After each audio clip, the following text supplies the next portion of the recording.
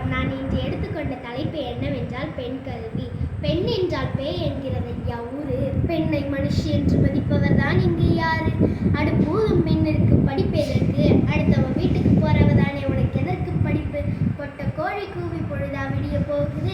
இப்படி எல்லாம் பெண்களை மட்டத்தட்டி பேசி சிசுக்கொள்ளை செய்ய வைப்பதும் உடன்கட்டை ஏற வைப்பதும் இந்த சமுதாயம். நாங்கள் பட்டங்கள் ஆழ்வதும் சட்டங்கள் செய்வதும் பாரினில் தான் பெண்கள் நடந்து வந்தோம், பாரினில் பெண்கள் நடந்து வந்தோம் என்று கூறி பாரதியின் கனவை நனவாக்க நான் இங்கு கடமைப்பட்டிருக்கின்றேன். சங்க காலத்து புலவர்களை நினைத்து பாருங்களேன்.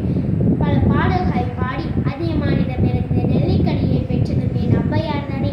ஏன் ஔவையாரும் ஒரு பெண் புலவர் தானே. அப்பவே பெண்கள் வளர்ச்சியில் இவ்வளவு முன்னேற்றம் என்றால் இந்த விஞ்ஞான காலத்தில் விண்ணை தொட்டு பறக்கின்ற அளவிற்கு பெண்கள் வளர்ச்சி அடைகின்றோம்.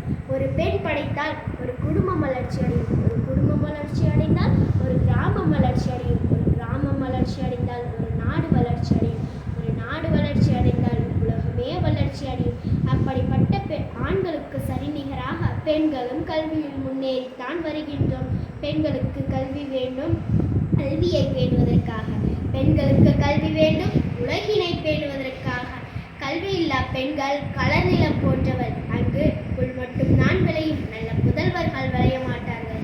நாங்கள் ஒருபோதும் புல் விளைவிப்பதில்லை, நல்ல புதல்வர்கள் தான் விளைவிப்போம். அந்த புதல்வர்களில் ஒருவர் தான் டாக்டர் முத்துலட்சுமி ரெட்டி.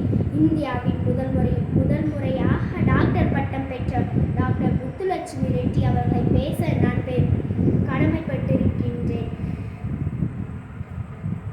உங்கள் எல்லாருக்கும் தெரியும், என் ஐயனாகிய திருவள்ளுவர் 1330 குறள்களை இயற்றினார். அந்த குறள்களில் கல்வி என்னும் அதிகாரத்தில் ஒரு குறள் உள்ளது. அது என்னவென்று உங்களுக்கு தெரியுமா?